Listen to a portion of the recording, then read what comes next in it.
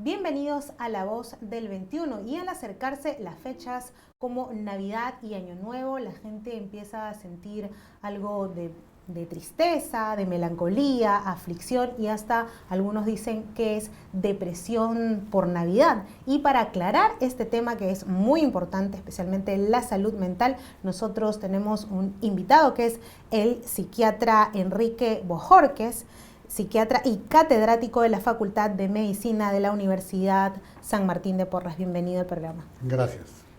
Lo primero que quisiéramos saber, ¿qué es la depresión? ¿Es un estado, un estado donde uno puede decir de tristeza, de alegría, o es una enfermedad? Bueno, en primer lugar, la depresión es una enfermedad.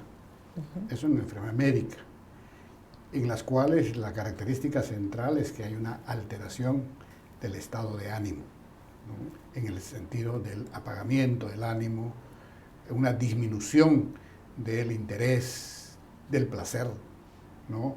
De las ganas de hacer las cosas y muchas veces de las ganas de vivir. Entonces, y esto, decimos, es una enfermedad. ¿Por qué? Porque cuando hay depresión hay una serie de cambios en el organismo, ¿no? ¿Cuáles son esos cambios que hay en la persona cuando tiene depresión? Bueno, la depresión en general es un problema complejo. ¿De qué depende? Depende de varios factores. Primero, hay factores de vulnerabilidad genética, ¿no? Es decir, cualquiera no hace depresión, ¿ya? Uno tiene que tener factores de vulnerabilidad, ¿no? Pero los factores de vulnerabilidad no son suficientes. Al lado de eso, hay también alteraciones de naturaleza neuroquímica, ¿no? Hay cambios a nivel de los neurotransmisores, hay cambios a nivel del eje que regula el estrés. Y en tercer lugar, muy importante, también esto obedece a factores biográficos, es decir, también a nuestra historia de vida, a las formas como hemos sido criados, a las circunstancias que han determinado nuestro desarrollo, sea positiva o negativamente. Entonces es una mezcla de esos tres factores. Por un lado, factores de vulnerabilidad genética; segundo, factores neuroquímicos; y tercero, factores biográficos, psicosociales, personales, ¿no? Entonces se da una mezcla de estos factores para que se dé depresión. El solo hecho de un factor generalmente puede producir de repente tristeza, pero no depresión. Exacto, por eso es que queríamos aclarar. En estas fechas generalmente la gente está con algo de estrés, pues ya estamos finalizando el año, hay objetivos que de repente no se han alcanzado, sentimos que como que se nos va la vida, ¿no? Un año más que de repente sentimos algo de frustración por no haber logrado algo. ¿Esto nos puede llevar a una depresión navideña o eso no existe? Hay que aclarar. No, eso no existe, ¿no? Lo que ocurre es que al lado de estos factores que son los determinantes de la depresión, hay otros factores que se llaman precipitantes, ¿no? Es decir, cuando hay estos factores que le he referido y a ellos se agregan estos factores precipitantes, puede darse depresión. Por ejemplo, de repente el hecho de una frustración amorosa, ¿no?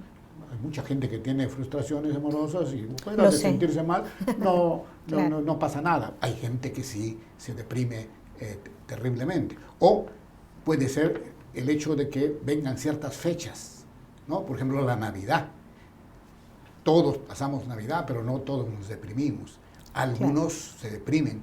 ¿Por qué? Porque ya tienen factores adicionales. Entonces, de repente, en su historia de vida, ¿no? Las Navidades de repente han sido pues muy difíciles, de repente coincide con la muerte de un ser querido, o la separación de los padres, o situaciones en general que pueden ser muy... Entonces comienzan a asociar la Navidad con eso. No es que en sí la Navidad sea así, exacto, sino por su propia experiencia, ¿no? Le dan pues un significado afectivo negativo, y entonces cuando se aproximan estas fechas, o el Día de los Enamorados, cosas por el estilo, bueno, pueden darse en algunas personas, pueden precipitarse estos cuadros, ¿no? Claro, puede ser en todo caso que estas fechas sean como un detonante, Así pero es. hay muchas Un más riesgo, causas así es. atrás. Así es. ¿No es cierto? Así es. Ahora, ¿qué hago si yo estoy muy melancólica? Para mí la vida ya no tiene igual sentido debido a estas fechas y pasan estas fechas, pero yo me sigo sintiendo mal. ¿Qué es lo que se debe hacer? Bueno, cuando uno sospecha, por lo menos, o algún familiar sospecha que tiene depresión, lo que hay que hacer es ir al médico, ir al especialista. La depresión no es una debilidad. La depresión no es que uno no está poniendo de su parte, ¿no? No es que uno debe ponerse fuerte y va a pasar. La depresión es una enfermedad, incluso que genera cambios a nivel del organismo.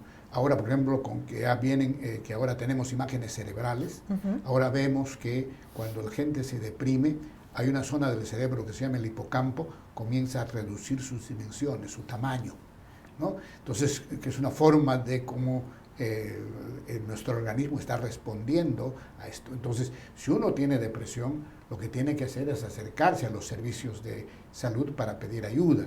¿Por qué? Porque las depresiones felizmente ahora son tratables, ¿ya? Ahora tenemos una serie de instrumentos terapéuticos que ayudan a las personas, ¿no? En realidad no debería una persona sufrir tanto por una depresión cuando hay alternativas, cuando hay tratamientos que son sumamente eficaces. Ahora, quiero, para que el público conozca y de repente se conozca a sí mismo un poco, ¿no? El autoconocimiento es importante, o quizás conozca a algún amigo, un familiar que está mal. ¿Cuáles son esos síntomas que a mí me alertan que esta persona puede estar sufriendo de depresión, que no es una simple tristeza, una simple melancolía?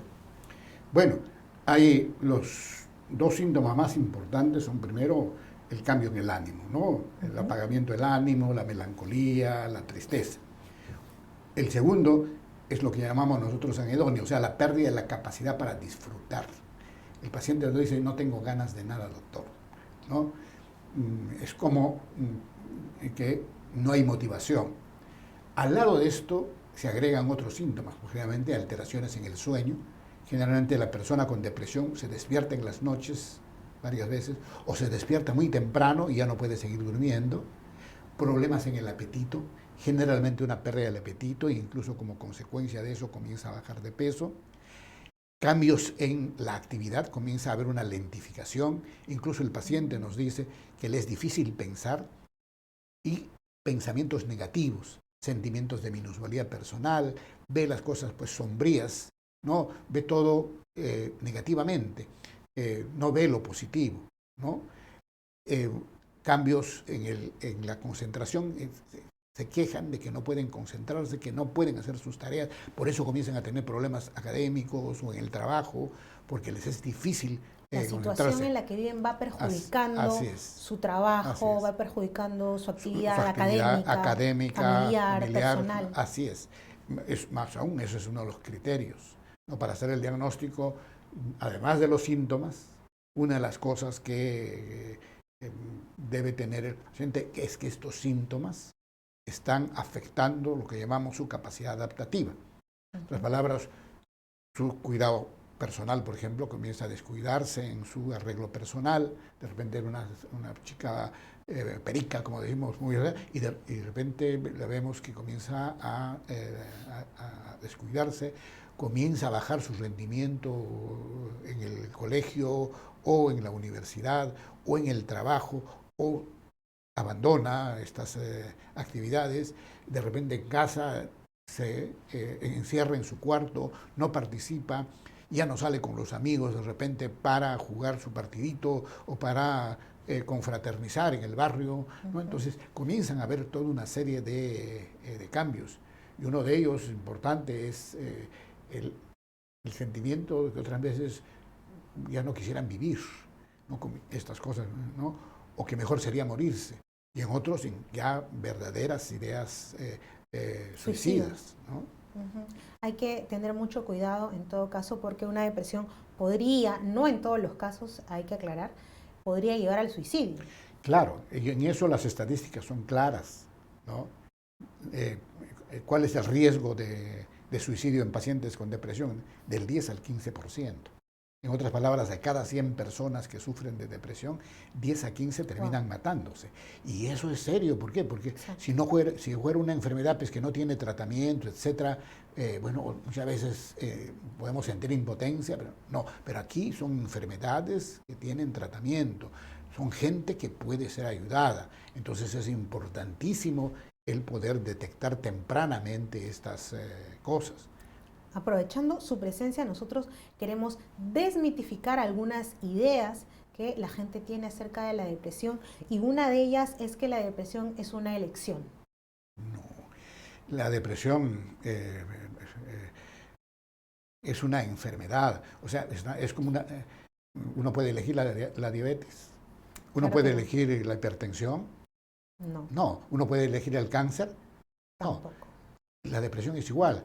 No es simplemente sufrimiento, hay cambios en el organismo, ¿no? Cambios que se pueden verificar a través de imágenes cerebrales.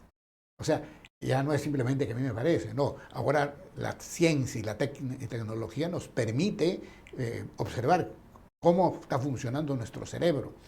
Y en la depresión hay cambios. O incluso podemos hacer dosajes en sangre, en orina, en líquido cefalorraquídeo, y igual hay cambios neuroquímicos, ¿no? Entonces, no es simplemente que esa persona es débil o no quiere luchar, ¿no? O que no pone de su parte, no. La depresión va más allá de eso. El segundo es la depresión solamente te ocurre si te pasa algo mal. No, tampoco. El que te pase algo, a todos nos pasa siempre algo malo. Malas, claro. Si no, tendríamos todos que tener depresión. ¿No? Lo que ocurre, como les he explicado, es que ya tienen que haber otros factores que hacen que cuando te ocurre algo malo, bueno, es como la gota que... Ahora, si tienes un familiar con depresión, tú también puedes tener depresión. Sí, eso sí es cierto. Eso es cierto. Hay el factor de vulnerabilidad genética. Cuando uno hace estudios de este tipo, encuentra que el riesgo de depresión en familiares de pacientes con depresión es mucho más alto que en población general. Y no solamente eso, sino que ese riesgo se incrementa conforme se incrementa el grado de consanguinidad. Por decir, en gemelos monocigóticos, por ejemplo, generalmente el riesgo es más del 50%, ¿no? En gemelos monocigóticos, como los hermanos, está más o menos alrededor del 10%.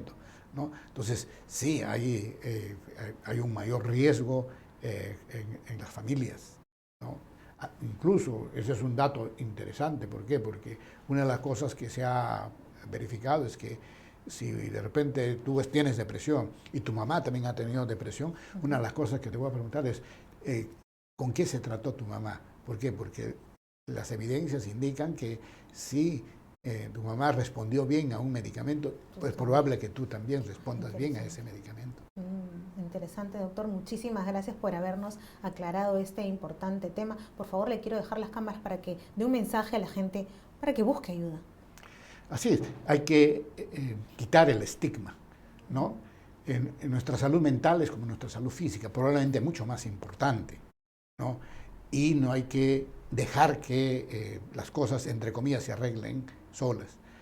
Hay muchas veces que necesitamos ayuda y entonces hay que tener la inteligencia de hacerlos. Evitémonos sufrimiento, evitémonos problemas y acudamos a los servicios de salud mental. Busquemos un profesional que nos ayude a superar estos problemas. Muchísimas gracias por haber estado en La Voz del 21. Muchas gracias a todos los que se han conectado a nuestra señal. Ya saben, la depresión es una enfermedad. No teman en buscar ayuda porque la depresión tiene tratamiento. Muchas gracias. Buenas tardes.